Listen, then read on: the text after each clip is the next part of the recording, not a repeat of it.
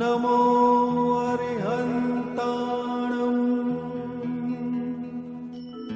नमो सिद्धाणं नमो आयर्याणं नमो वज्जायाणं नमो लोये सव्वसाहुणम् एसो पंच नमुक्कारो सर्वपावपणासनो मंगलाणं च सव्वेसिं परमं हवै मंगलम्। मंगलमय मंगल करन वीतराग विज्ञान नमो ताहि जाते भये अरिहंतादि महा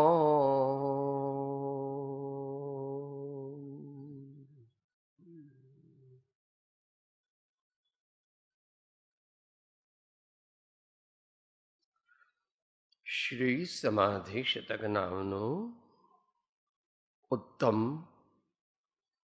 आध्यात्मिक शास्त्र તેની આપણે વિચારણા કરી રહ્યા છીએ, તેનો સ્વાધ્યાય કરી રહ્યા છીએ, તેનું ચિંતન કરી રહ્યા છીએ, તેના ભાવોને આપણા જીવનમાં ઉતારવા માટે પ્રયત્ન કરી રહ્યા છે.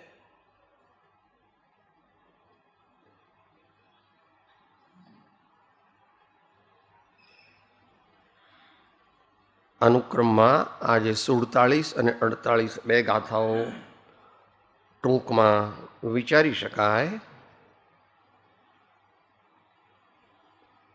અધ્યાત્મશાસ્ત્ર હોવાને લીધે જે લોકો પોતે ભક્તિ અને સ્વાધ્યાય સાથે ચિંતનનો અભ્યાસ કરતા હોય, ધ્યાનનો અભ્યાસ કરતા હોય, કૃપાળુદેવ કહે છે જે સુવિચારણાનો અભ્યાસ કરતું હોય એને આમાં વધારે સમજણ પડે ને ઇન્ટરેસ્ટ આવે. નહીં તો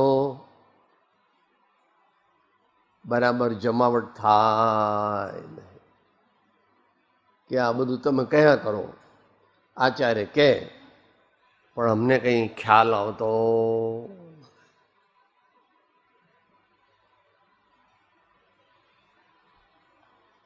તો 47 ગાથા મૂળ ત્યાગાદાને બહિર્મૂઢ કરોત્યધ્યાત્મમાત્મવિદ નાંતર્બહિરુપાદાનમ ન ત્યાગો નિષ્ઠિતાત્મન. બધા પાસે છે 47મી ગાથા. મૂઢ બહિર્ત્યાગે ગ્રહે જ્ઞાની અંતરમાય નિષ્ઠિતાત્મને ગ્રહણ કે ત્યાગન અંતર બાય. નિષ્ઠિતાત્મને ગ્રહણ કે ત્યાગન અંતર બાય.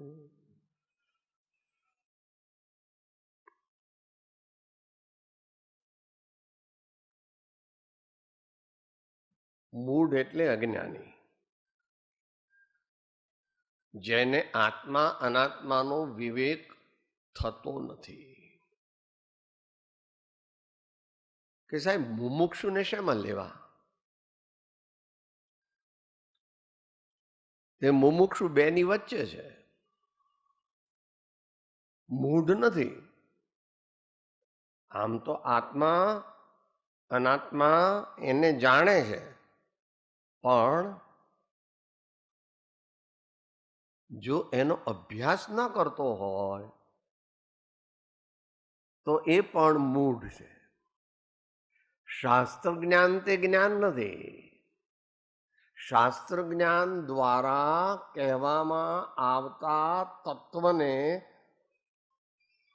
પોતાના જીવનમાં જે ટ્રાન્સલેટ કરે,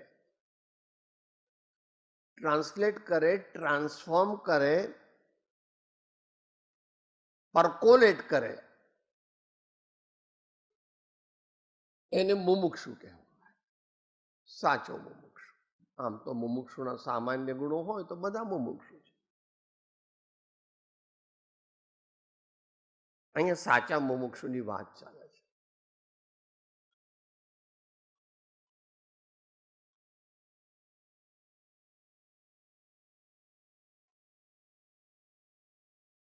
આમાં મૂર્ખ શબ્દ મૂક્યો છે, પણ જરા એવો આપણે કોઈને માટે ન મૂકવો. આમ છે તો સાચો, પણ મૂઢ. સ્વ પરનો જેને વિવેક નથી, જેણે દેહ અને આત્માને જુદા જાણ્યા નથી, માન્યા નથી,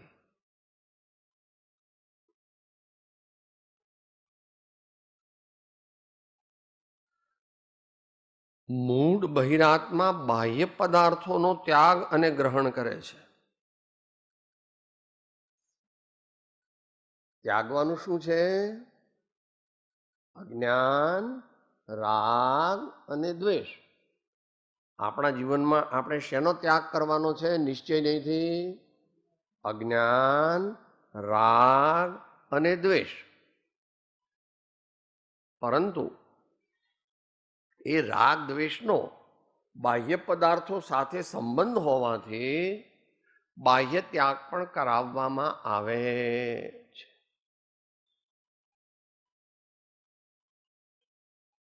નિમિત્ત નૈમિત્તિક સંબંધ છે. આપણે જે દિવસે ઉપવાસ કર્યો હોય તે દિવસે બની શકે ત્યાં સુધી ભોજનશાળામાં જવું નહીં.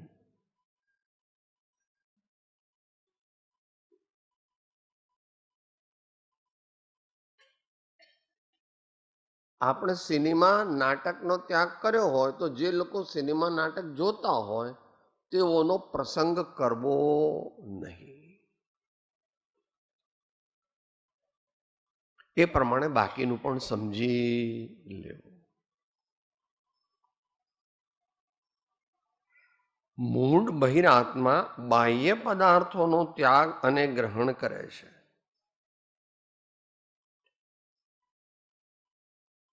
જ્યારે આપણે આ શાસ્ત્ર સમજી રહ્યા છીએ ત્યારે કન્ટિન્યુઅસ બેક ઓફ ધ માઇન્ડમાં યાદ રાખવાનું કે આ નિશ્ચય નહીંનું શાસ્ત્ર છે, અધ્યાત્મ શાસ્ત્ર છે. બાહ્ય પદાર્થોનો ત્યાગ અને ગ્રહણ કરે છે. આ સારું છે, આ ખરાબ છે, આ મને ગમે છે, આ મને નથી ગમતું, આ જવા દો, આને કાઢી નાખો, આ બહુ સારું છે, આને ખિસ્સામાં મૂકું છું.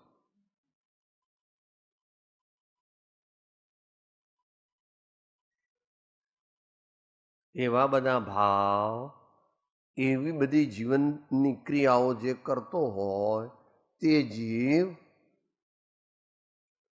ઇન્ટુ ઇન્વર્ટેડ કોમા અજ્ઞાની છે.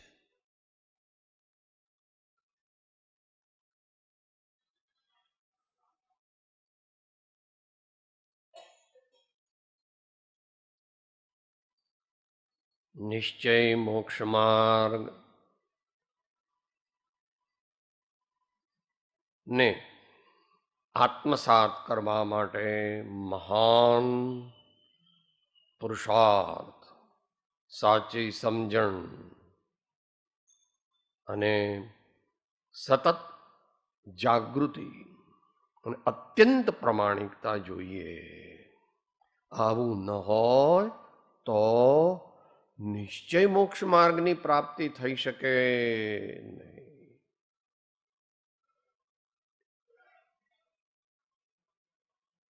એટલે ત્યાગમાં અટકી ન જાઓ એમ કહેવા માંગે છે આચાર્ય મહારાજ. બહિરાત્મા ત્યાગ ગ્રહણ કરે છે શેમાં? બહારમાં, એટલે કે બાહ્ય વસ્તુમાં. દ્વેષના ઉદયને લીધે અભિલાષાના અભાવના કારણે મૂઢાત્મા તેનો ત્યાગ કરે છે.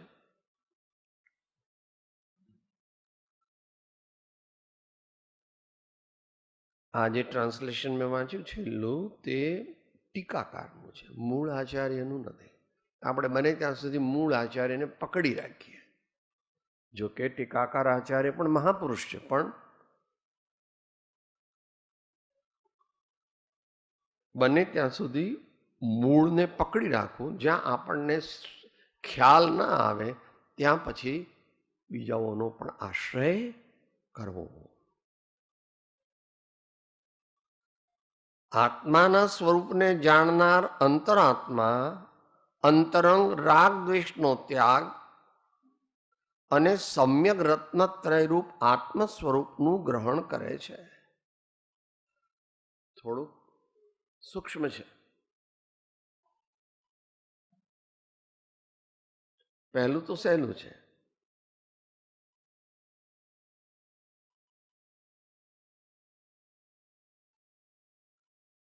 અજ્ઞાની જીવ, બહિરાત્મા જીવ બાહ્ય પદાર્થોનો ત્યાગ અને ગ્રહણ કરે છે.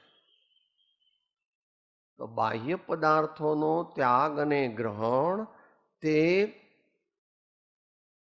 અંતરની જાગૃતિપૂર્વક કરવાના છે. અંતરની જાગૃતિપૂર્વક કરવાના છે.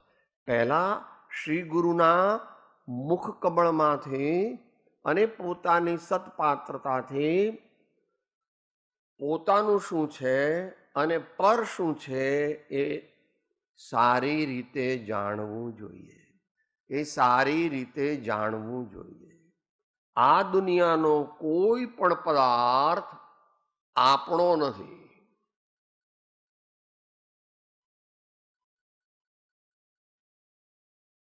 આ બધું જે છે એ તો પરદ્રવ્ય છે જ, પણ આ પણ આપણું નથી. આપણે એમાં રહીએ છીએ પણ આપણી માલિકીનું નથી. આપણા કયા પ્રમાણે એ કરવાનું નથી. જ્ઞાની પુરુષો એને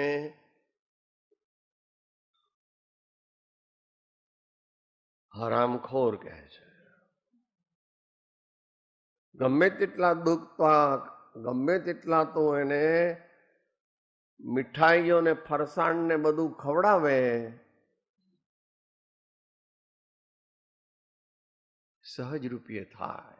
સહજ રૂપે થાય તે કરો. બહારમાં બહુ ખેંચા ખેંચ ન કરો. થોડી અલ્પ ખેંચાવ ખેંચ થોડીક તો કરવી પડે. ભૂખ લાગી હોય, આપણે જે 14નો દિવસ હોય અને આપણે ઉપવાસ લીધો હોય અને પછી ભૂખ લાગે તો કે લાવ તારે થોડું દૂધ પી લઉં, એમ ન ચાલે. એ તો તેવિયાર કર્યો હોય તો પછી જુદી વાત છે. તે પણ તેવિયારમાં તમે નક્કી કરવું જોઈએ આગળથી કે એકલું પાણી કે બીજા પીણા ખરા, આગળથી નક્કી કરવું જોઈએ. પણ આહારનો ત્યાગ કર્યો એટલે સાચો ત્યાગ થઈ ગયો એમ માનવું નહીં. આહારનો ત્યાગ શા માટે કરવામાં આવે છે?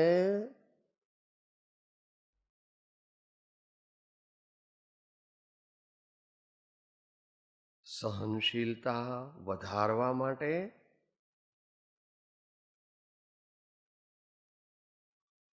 એક આપણે પરદ્રવ્યો વાપર્યા વિના જીવન નિર્વાહની સ્થિતિને પ્રાપ્ત કરવાની છે.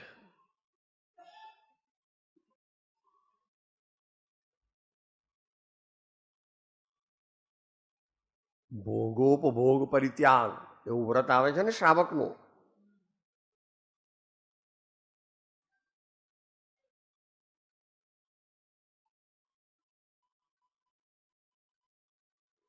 ઉપવાસ વગેરે પણ આવે છે કેટલામી પ્રતિમા? ચોથી?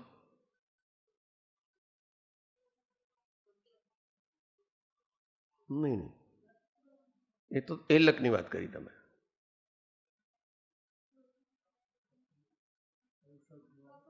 પ્રોષોદોપવાસ. પ્રોષોદોપવાસ.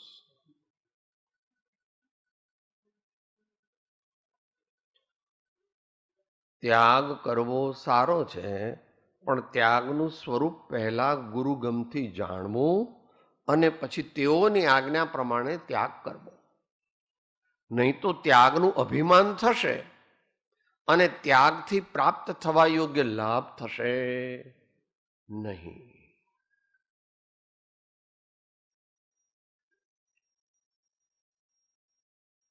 હમણાં આપણે 636 વચનામૃતના આધારે એનો થોડો વિશેષ વિચાર કરીશું. અત્યારે અહીંયા કહે છે, આત્માના સ્વરૂપને જાણનાર અંતરાત્મા જે વર્તમાનમાં કેટલા છે આ દુનિયામાં? બસ નિશ્ચય નહીં. આપણે અંતરાત્મા અત્યારે કેટલા છે આ દુનિયામાં?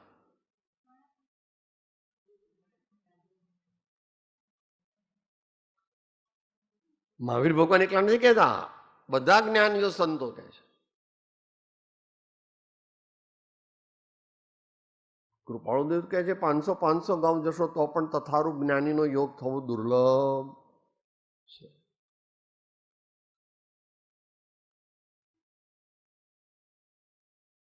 છતાં જે એના માટે પ્રમાણિકપણે પ્રયત્ન કરતા હોય તે પુરુષો, તે મહાત્માઓ પણ પ્રશંસનીય છે.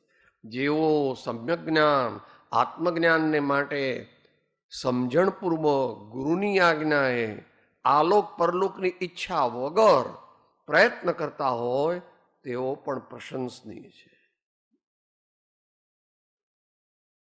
તે જિજ્ઞાસો જીવન થાય સદગુરુ બોધ, તો પામે સમકીતને વર્તે અંતર શો.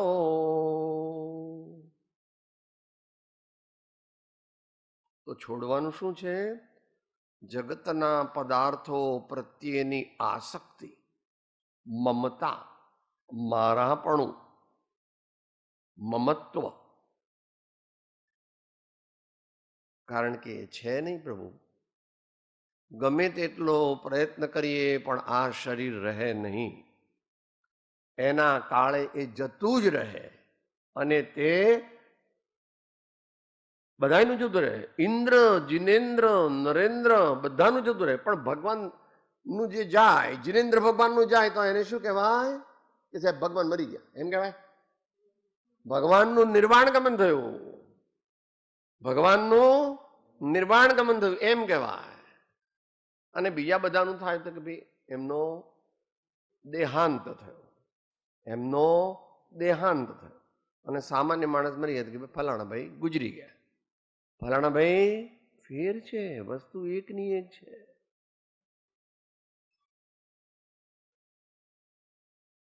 સર્વત્ર સ્યાદવાદ લગાડવો, સર્વત્ર અપેક્ષા લગાડી અને સમજવું, અને અપેક્ષા લગાડી અને કહેવું, બોલવું, અને વ્યવહારમાં પણ એ પ્રમાણે વિચારણા કરવી.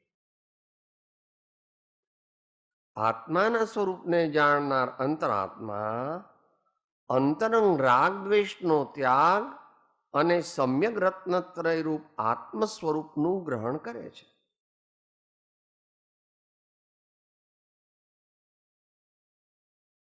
થોડુંક અઘરું આવ્યું.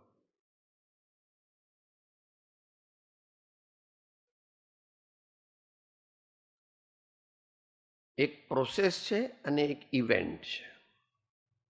આપણે અહીંથી અમદાવાદ જવા નીકળ્યા, એ પ્રોસેસ થયો, અને જ્યાં જવાનું હતું ત્યાં પહોંચીએ ત્યારે ઇવેન્ટ થયો કહેવાય. મોક્ષ માર્ગનો પ્રોસેસ દીર્ઘકાલીન છે. મોક્ષ માર્ગનો પ્રોસેસ દીર્ઘકાલીન છે. 1 2 3 5 10 15 25 50 100 ભાવ જાય. કેટલા જાય એ આપણા જ્ઞાનનો વિષય નથી.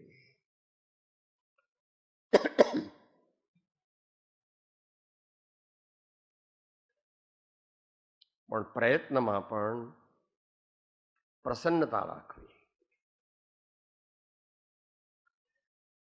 સ્વાધ્યાય કરીએ, ભક્તિ કરીએ, એકાગ્રતાનો અભ્યાસ કરીએ, બાહ્ય તપ કરીએ, પ્રસન્નતાપૂર્વક કરવા, સમજીને કરવા.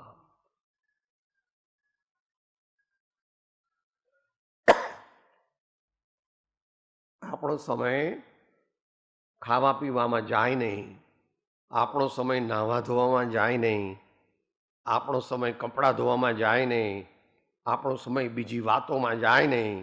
એટલા માટે આપણે એકાસન કરીએ છીએ, અથવા ઉપવાસ કરીએ છીએ, અથવા મૌન લઈએ છીએ. તો આ બધું ઉપકારી છે, પણ એ સાક્ષાત મોક્ષ માર્ગ નથી. સાક્ષાત મોક્ષ માર્ગ તો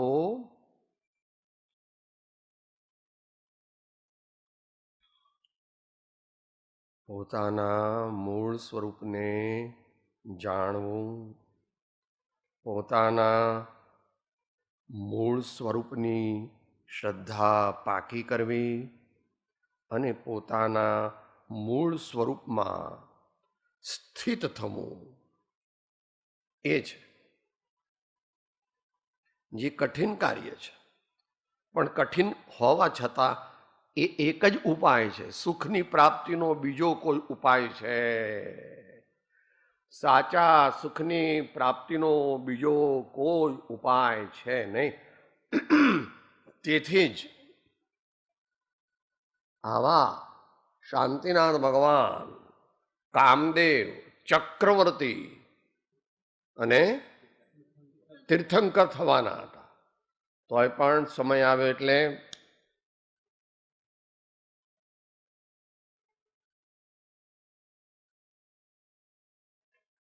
રાજપાટથી પરવારીને વાટ લીધી જંગલની. રાજપાટથી પરવારીને વાટ લીધી જંગલ. એમની સાથે આપણું કમ્પેરિઝન ન કરવું. આ તો સમજવા માટે છે. એ તો બહુ મોટા પુરુષ છે, 3 જ્ઞાનના ધણી છે. અને જ્યારે માતાના ઉદરમાં આવે ત્યારે ઇન્દ્ર અને ઇન્દ્રાણીને બધા આવીને માતાની પૂજા કરીને એમને પણ બિરદાવ્યા અને લઈ ગયા ત્યાં પાંડુક શિલા પર વગેરે.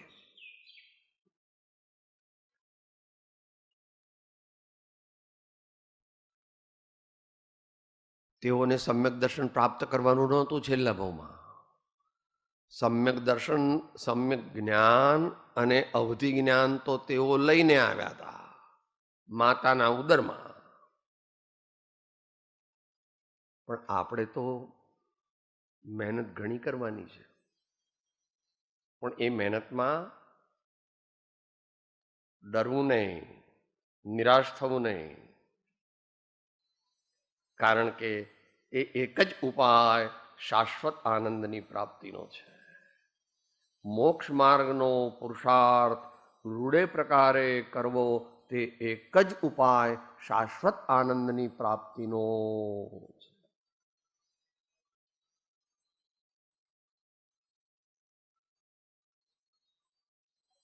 199 પ્રવચન સારમાં ભગવાન એમ કહે છે, આચાર્ય મહારાજ, શ્રમણોજીનો તીર્થંકર એ રીત સેવી માર્ગને, સિદ્ધિ વર્યાનમુ તે મને નિર્વાણ ના તે માર્ગને, સિદ્ધિ વર્યાનમુ તે મને નિર્વાણ ના તે માર્ગને.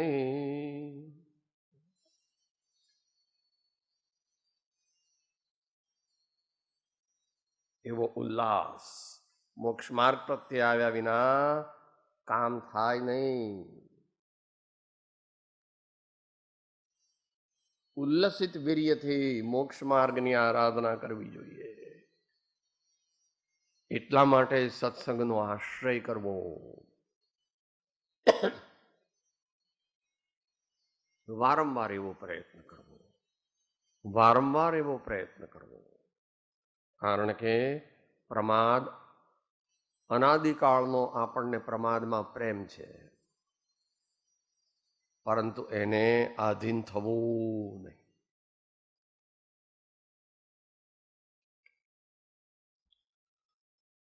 તો જે જ્ઞાની ધર્માત્મા છે અથવા ઉત્તમ મુમુક્ષુ છે તે અંતરંગ રાગ દ્વેષનો ત્યાગ કરે છે અને સમ્યક રત્નત્રયરૂપ આત્મ સ્વરૂપનું ગ્રહણ કરે છે.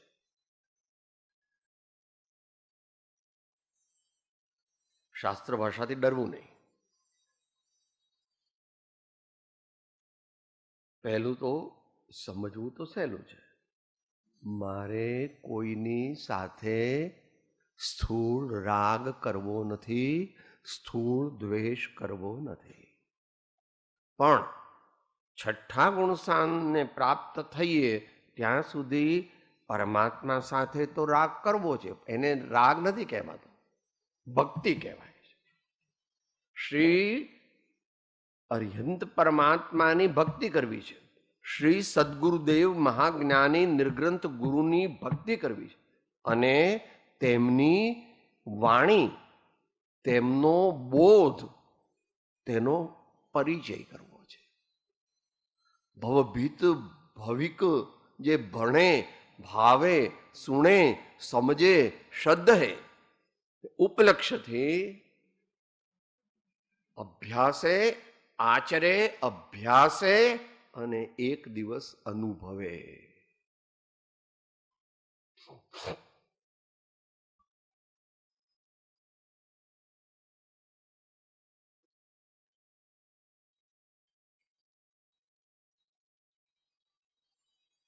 અંતરંગ રાગ દ્વેષનો ત્યાગ કરે છે અને આપણને બીજી બધી વસ્તુ કંઈ ધ્યાનમાં બેઠા હોઈએ અને બીજી વસ્તુ યાદ આવે તો એને બાજુમાં મૂકીને ભગવાનને યાદ કરવા. એ ભગવાનને કેવી રીતે યાદ કરવાના? એના ઘણા પ્રકાર છે પ્રભુ. ભગવાનની મુદ્રાનું નીચેથી તે ઉપર સુધી અવલોકન કરવું અને ઉપરથી પાછું નીચે સુધી અવલોકન કરવું, એ રૂપસ્થ ધ્યાન છે. એમના ગુણોનું ધ્યાન કરવું. ભગવાન કેવા છે આપણે ક્ષમાપના બોલી છે. બોલો. નિરાગી, નિર્વિકારી, સચ્ચિદાનંદ સ્વરૂપ, સહજાનંદી, અનંત જ્ઞાની, અનંતદર્શી અને ત્રૈલોક્ય પ્રકાશક છે.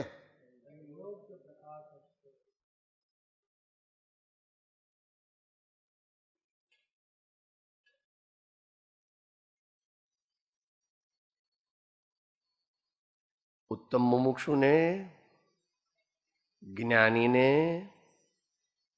શ્રાવકને અને છઠ્ઠા ગુણસ્થાનવાળા મુનિને ભગવાન સાથે, ગુરુ સાથે અને એમની આજ્ઞા સાથે ઉપયોગમાં, ચારિત્રમાં, દ્રષ્ટિમાં જ્ઞાનીને માત્ર પણ રાગાદિનો સદભાવ વર્તે જે હને તે સર્વ આગમ ધર ભલે પણ જાણતો આત્મને. ભગવાન સાથે પ્રેમ કેવી રીતે કરવો? સદગુરુ સાથે પ્રેમ કેવી રીતે કરવો? ધ્યાન અવસ્થામાં. બીજી બધી વખતે તો બરાબર છે. આંખ બંધ છે અને ભગવાન તો દેખાય છે. આંખ બંધ છે અને ભગવાન દેખાય છે. તો નિશ્ચય નહીં સાધનામાં ભગવાન જેમાં દેખાય છે એનો લક્ષ્ય કરવો. ગઈ વખતે પેલી લીધી હતી ને,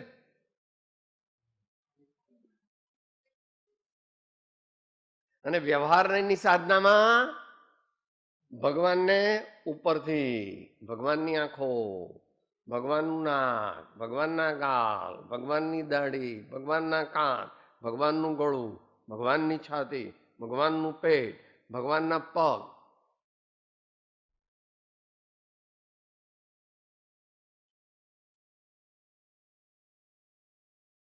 પ્રદેશે પ્રદેશે જેમને અનંત ચતુષ્ટય પ્રજ્ઞા છે તેવા પરમાત્મા મારા સ્વામી છે.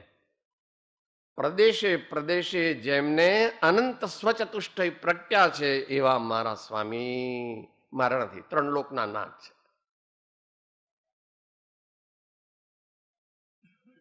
તો એવી ટ્રીક કરવી પડશે. એવી ટ્રીક એટલે એવો અભ્યાસ કરવો પડશે. કેવી રીતે ધ્યાન દરમિયાન કેવો અભ્યાસ કરવો?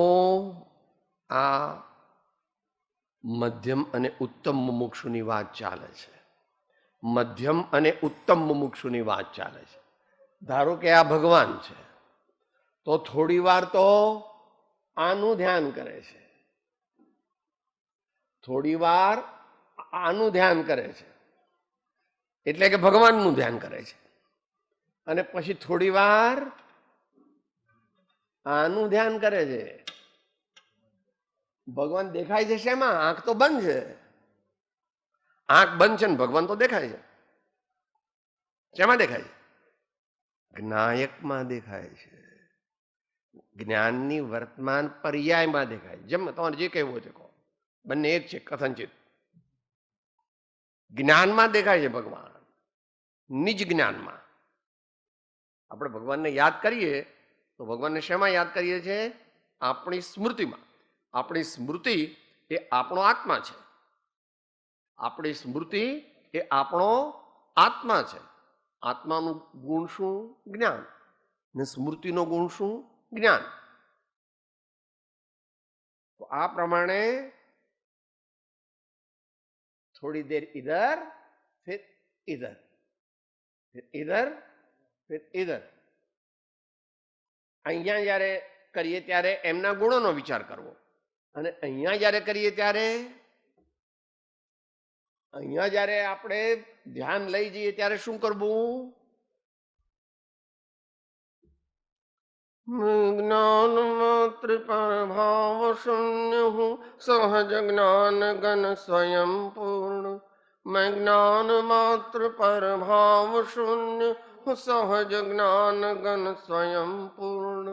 હું સત્ય સહજ આનંદ ધામ મેં સહજાનંદ સ્વરૂપે. मैं दर्शन ज्ञान स्वरूपे मैं सहजानंद स्वरूपे.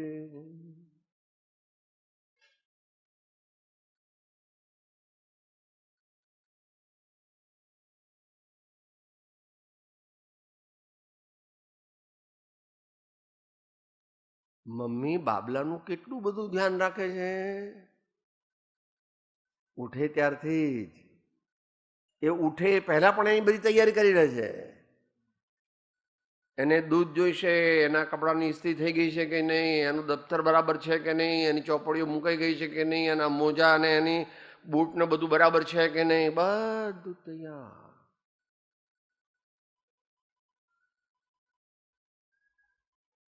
આનું નામ સવિકલ્પક ધ્યાન, આનું નામ નિર્વિકલ્પ નો લક્ષ્ય.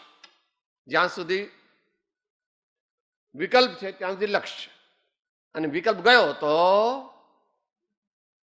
સાક્ષાત મોક્ષ માર્ગ પ્રાપ્ત થઈ ગયો. જો વિકલ્પ ગયો,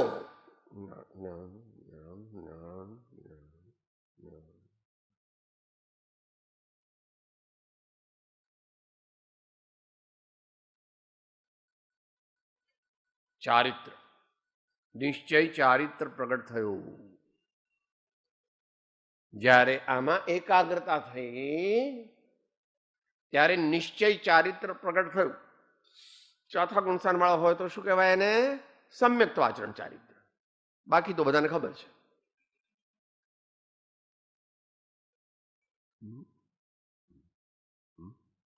શું કરવાનું? જિનેશ્વર જિનેશ્વર જિનેશ્વર જિનેશ્વર નિજેશ્વર, જિનેશ્વર જિનેશ્વર જિનેશ્વર જિનેશ્વર જિનેશ્વર નિજેશ્વર. જિનેશ્વર જિનેશ્વર જિનેશ્વર જિનેશ્વર જિનેશ્વર નિજેશ્વર નિજેશ્વર નિજેશ્વર જિનેશ્વર.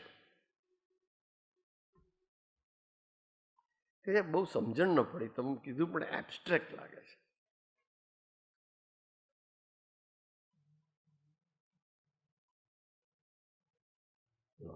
અહીંયા હવે એબ્સ્ટ્રેક્ટ લાગ્યું એમ કે છે ને ભાઈ.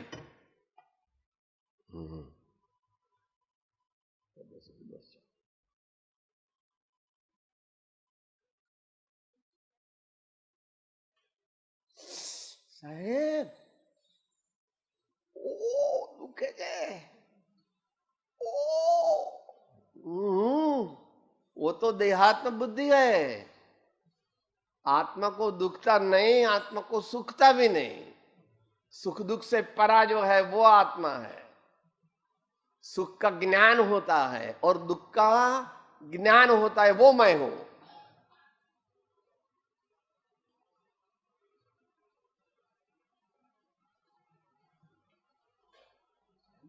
तो ऐसा अभ्यास करना पड़ेगा, इसलिए मुनि होना पड़ेगा. कर्मोदय जनित बाह्य सुख दुख ते परद्रव्य છે. કર્મોદય જનિત બાહ્ય સુખ કે દુઃખ તે કર્મોદય જનિત ભાવ છે, અને હું તો એનો જાણનાર માત્ર છું. આવો અભ્યાસ લાંબો સમય સુધી ઉત્તમ શ્રાવકને અને મુનિને કરવો પડશે, અને મુમુક્ષુને પણ કરવો પડશે.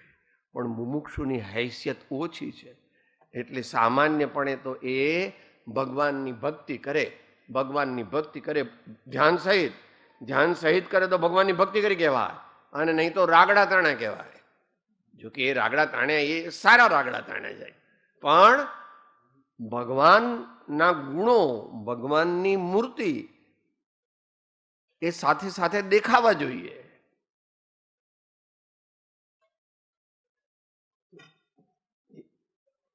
એ કરતા કરતા જયારે પહેલા આ જે છે એને જ્ઞાયક કહે છે. એ જ્ઞાયકની પહેલા શું થાય?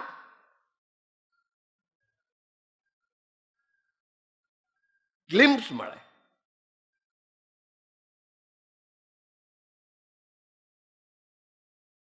સહેજ ભણકારો થાય, સહેજ ભણકારો થાય.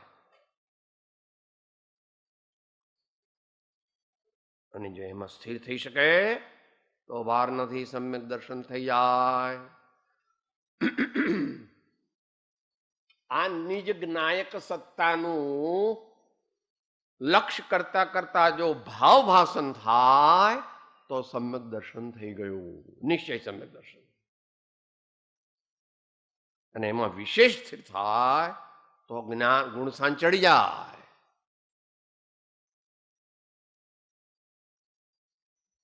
અહીંયા એ આપણને સમજાવે છે અંતરંગ રાગ દ્વેષનો ત્યાગ અને સમ્યક રત્નત્રય રૂપ આત્મ સ્વરૂપનું ગ્રહણ કરે છે. ગ્રહણ કરવાનું છે એટલે ગ્રહણ શેનાથી થાય? આત્મા શું ગ્રહણ કરી શકે? પ્રજ્ઞાથી ગ્રહવો નિશ્ચયે જે જ્ઞાન દર્શન તેજ હું. હા,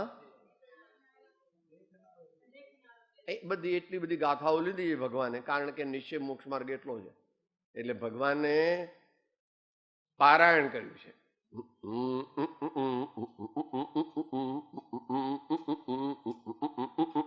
બધા કહે છે સાહેબ આ એકની એક વાત શું કરો તમે? એકનું એક જ કર્યા કરવું પડે છે. વ્યવહાર જીવનમાં એ કરવું પડે છે ને નિશ્ચય જીવનમાં એ કરવાનું છે. પણ નિશ્ચય જીવનમાં તો એકવાર કર્યા પછી કઈ કરવાનું નથી. સિદ્ધિ થઈ જાય પછી ભગવાન ધ્યાન કરે? ન કરે. કે સાહેબ ભગવાન શું કરે? ભગવાન ધ્યાન, જ્ઞાન, વૈરાગ્ય સાચા કર્યા હતા એના ફળ રૂપે જે અનંત આનંદનો અનુભવ કરે છે. કૃતકૃત્ય છે, ત્રણ લોકના નાથ છે. હવે એમને જન્મ મરણ નથી. સાદી અનંત અનંત સમાધિ સુખમાં એ વિરાજમાન થઈ જવાના.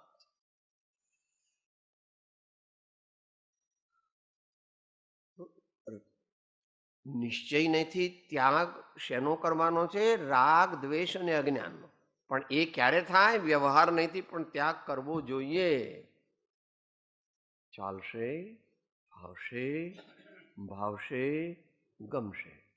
મારે આવા જ કપડાં જોઈએ, મારે આવું જ ખાવાનું જોઈએ. તમે બધા મને માન નથી આપતા, તમે બધા સમજતા નથી કઈ.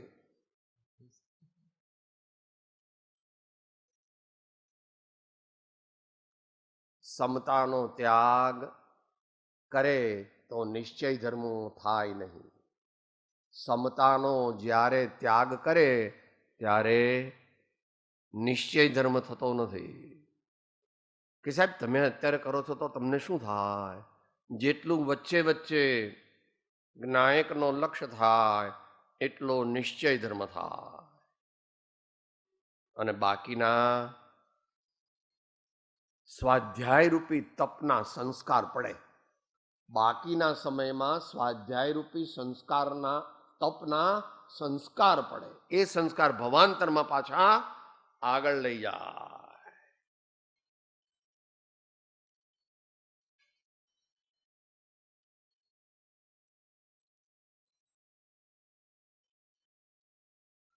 તો આનો ત્યાગ કરવાનો છે. શેનો? અંતરંગ રાગ દ્વેષનો. અને સમ્યક રત્નત્રય રૂપ આત્મ સ્વરૂપનું ગ્રહણ કરવાનું છે, એટલે જ્ઞાયકનું. આનું આ જરા અભ્યાસ કરવો પોતે. આમ હતો હાથ, આમ કરતા હતા તો દુખ્યું એ આત્માનું અજ્ઞાન અને જણાયું તે જ્ઞાયક. જેટલું દુખ્યું એટલું અજ્ઞાન. અને અજ્ઞાન એટલે અજ્ઞાન, રાગ, દ્વેષ ત્રણ. અજ્ઞાન, રાગ અને દ્વેષ. અને તે વખતે પણ જણાયું જેનામાં આ દુઃખ જણાયું એ હું છું. હું માત્ર જ્ઞાયક છું. હું જ્ઞાયક છું. અભ્યાસ. હમણાં જમવા બેસો પછી સાહેબ આજ તો મેં સ્પેશિયલ આઈટમો બનાવી છે, બહુ ખાવાની મજા આવે, મરી જઈશ. ખાવાની મજા આવે તો મરી જઈશ. ખાઓ વાંધો નથી, ખાઓ, પણ સંભાવથી ક્ષુધા વેદનીનો ઉદય સમાપ્ત કરું છું. સંભાવથી ક્ષુધા વેદનીનો ઉદય સમાપ્ત કરું છું. એ પ્રમાણે પ્રયત્ન કરવા.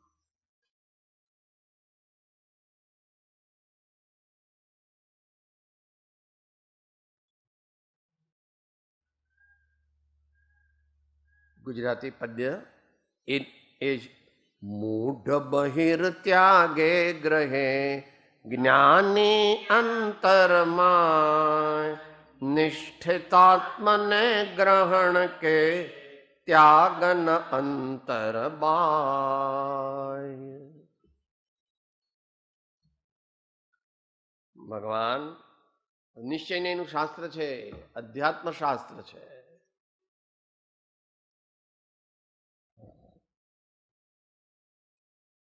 દુનિયાના બાહ્ય પદાર્થોનો ત્યાગ કરવો અને બાકીના અમુકનું ગ્રહણ કરવો એ ઈચ્છવા યોગ્ય નથી, પણ વ્યવહાર જીવનમાં તો કરવું પડે.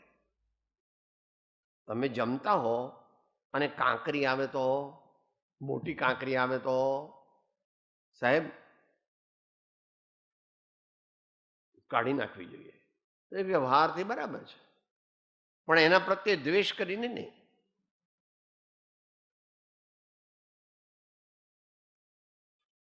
તો ત્યાગ અને ગ્રહણ તે બાહ્ય પદાર્થના કરવાના નથી. ત્યાગ કોનો કરવાનો છે? રાગ, દ્વેષ અને અજ્ઞાન. અને ગ્રહણ કોનું કરવાનું છે? સમતા અને સમાધિ. રાગ દ્વેષ અજ્ઞાન એ મુખ્ય કર્મ ને ગ્રંથ, થાય નિવૃત્તિ જે હથે તેજ મોક્ષ નો પંથ. ત્યાં નાસ્તી થઈ કીધું. થાય નિવૃત્તિ જે હથે. અજ્ઞાન રાગ અને દ્વેષની નિવૃત્તિ થાય કેવી રીતે? જ્ઞાયકને પકડે તો. જ્ઞાયકને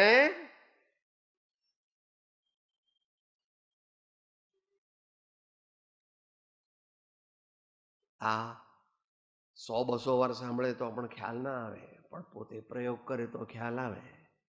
પોતે પ્રયોગ કરે તો ખ્યાલ આવે. નિશ્ચય મોક્ષ માર્ગ અવક્તવ્ય છે. નિશ્ચય મોક્ષ માર્ગ અવક્તવ્ય છે, છતાં પણ એનું અંગુલી નિર્દેશ આચાર્ય ભગવંતોએ કરેલો છે. ભગવાન પણ મોક્ષ માર્ગને પૂર્ણપણે કહી શકે નહીં, કારણ કે મોક્ષ માર્ગ તે પૂર્ણપણે વાણીનો વિષય નથી કે સાહેબ એનું પ્રમાણ આપો. ભગવાને 7 નહીં કહ્યા ને, એમાં એક નહીં શું કહ્યો? સ્યાત કથંચિત અવક્તવ્યમ. એક નહીં શું કહ્યો? સ્યાત કથંચિત અવક્તવ્યમ.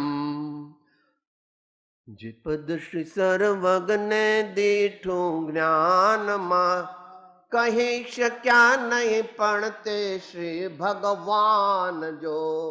તેહ સ્વરૂપને અન્ય વાણી તે શું કહે? અનુભવ ગોચર માત્ર રહ્યું તે જ્ઞાન જો. અપૂર્વ અવસર એવો ક્યારે આવશે?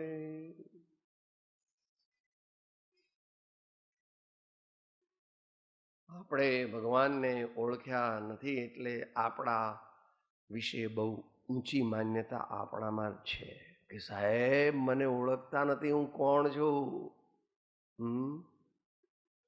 જ્યારે ગૌતમ સ્વામી અને એવા મહાન આચાર્ય કે છે, मैं संतन को दास जिन्होंने मन मार लिया, मैं संतन को दास जिन्होंने मन मार लिया. આત્મસિદ્ધિના પ્રારંભમાં એ વિનય ગુણનું વર્ણન કરવા માટે અતિશયોક્તિ અલંકાર મૂકી દીધો.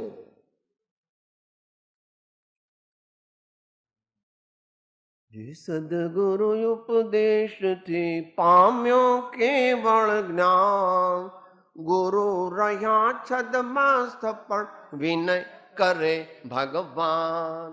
વિનય કરે ભગવાન એવો સંતોએ અર્થ કર્યો છે. વિનય કરે ભગવાન. જે સાચો વિનય સમજણપૂર્વક કરે તો એ આત્માને વિનય ગુણની આરાધના પરમાત્મા કરી દે. વિનય કરે ભગવાન. વિનય શું કરે? આપણને ભગવાન બનાવી દે. વિનય એટલે બધાય 10 લક્ષણ બધાય. આ પ્રમાણે ભેદાભેદ રત્નત્રયનો નિરંતર અભ્યાસ કરવો. કોઈ ગાળ દીધી તો તરત યાદ રાખવું, ગાળ મને લાગતી નથી, હું તો ક્ષમા સ્વરૂપ આત્મા છું.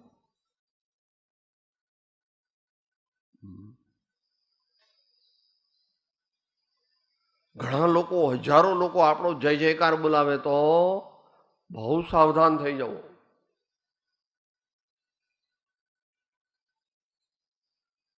ये प्रशंसा के पुद्गल परमाणु मेरे ज्ञान के गिने हैं, उनमें मेरी कुछ भी रुचि नहीं है. ये प्रशंसा के पुद्गल परमाणु, हजारों लाखों लोग जय जयकार करते हैं.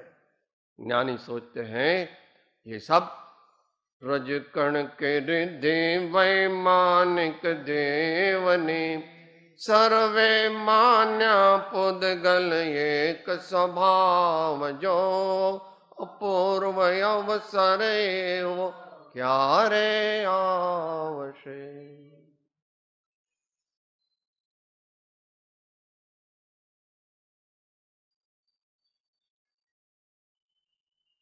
નિષ્ઠિતાત્મને ગ્રહણ કે ત્યાગન અંતર બાય. નિષ્ઠિત આત્મા તે ક્રમે કરીને થવાય છે. થોડો નિષ્ઠિત આત્મા થયો એ જ્ઞાની, વિશેષ નિષ્ઠિત આત્મા થયો તે મુનિ, અને સંપૂર્ણ નિષ્ઠિત આત્મા થયા તે ભગવાન. ભગવાન કંઈ ગ્રહણ પણ કરતા નથી ને ત્યાગ પણ કરતા નથી. ભગવાન ત્યાગ કરે? ભગવાન થઈ ગયા પછી ત્યાગ કરે? ન કરે. અને ગ્રહણ કરે કંઈ? ન ગ્રહણ કરે. નિજાનંદ રસ લી.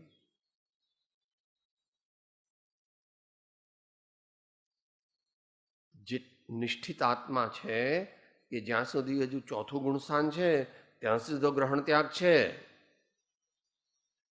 ચોથું ગુણસ્થાન છે તો ત્યાં સુધી તો ગ્રહણ ત્યાગ કરવાના છે કે જે પદાર્થોથી આપણને રાગ થઈ જાય ને દ્વેષ થઈ જાય એ પદાર્થોનો અપરિચય કરવો અને સમતામાં રહેવાય એનો પરિચય. તો મુનિ મહારાજ પણ ત્યાગ કરે છે.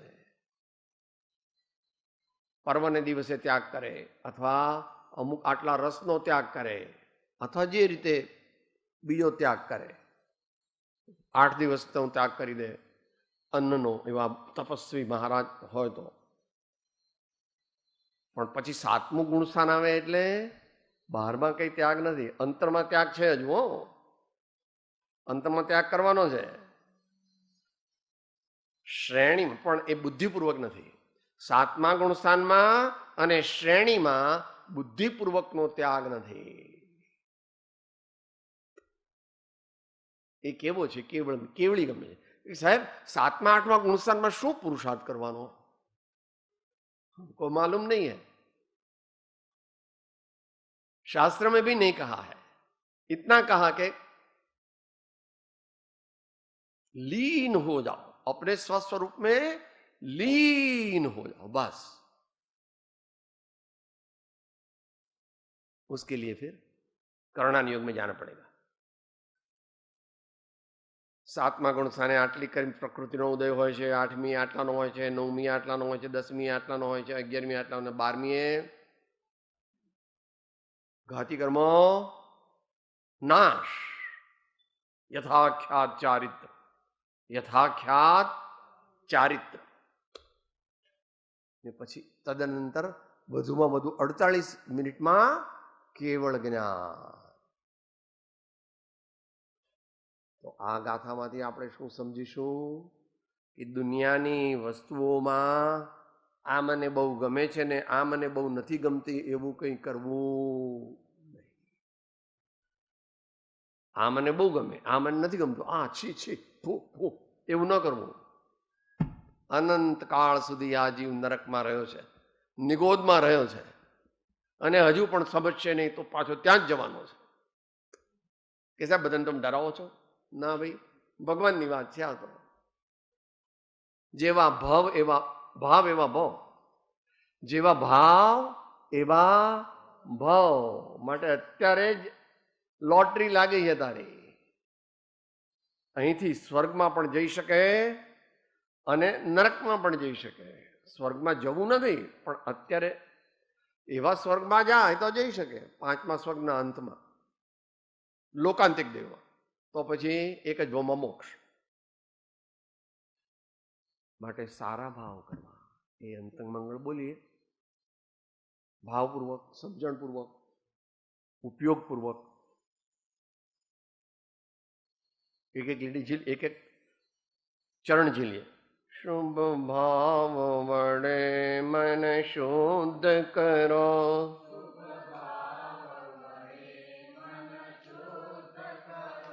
નવકાર મહાપદને સમરો,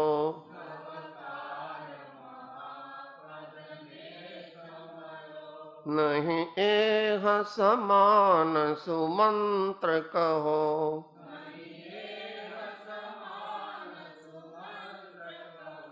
ભજને ભગવંત ભવ અંત લહો,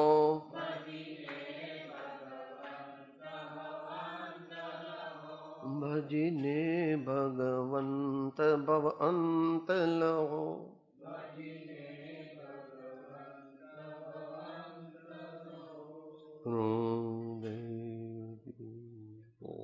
હું આત્મા છું, આપનો સેવક છું, સૌનો મિત્ર છું. હું આત્મા છું, આપનો સેવક છું, સૌનો મિત્ર છું. હું આત્મા છું, આપનો સેવક છું, સૌનો મિત્ર છું.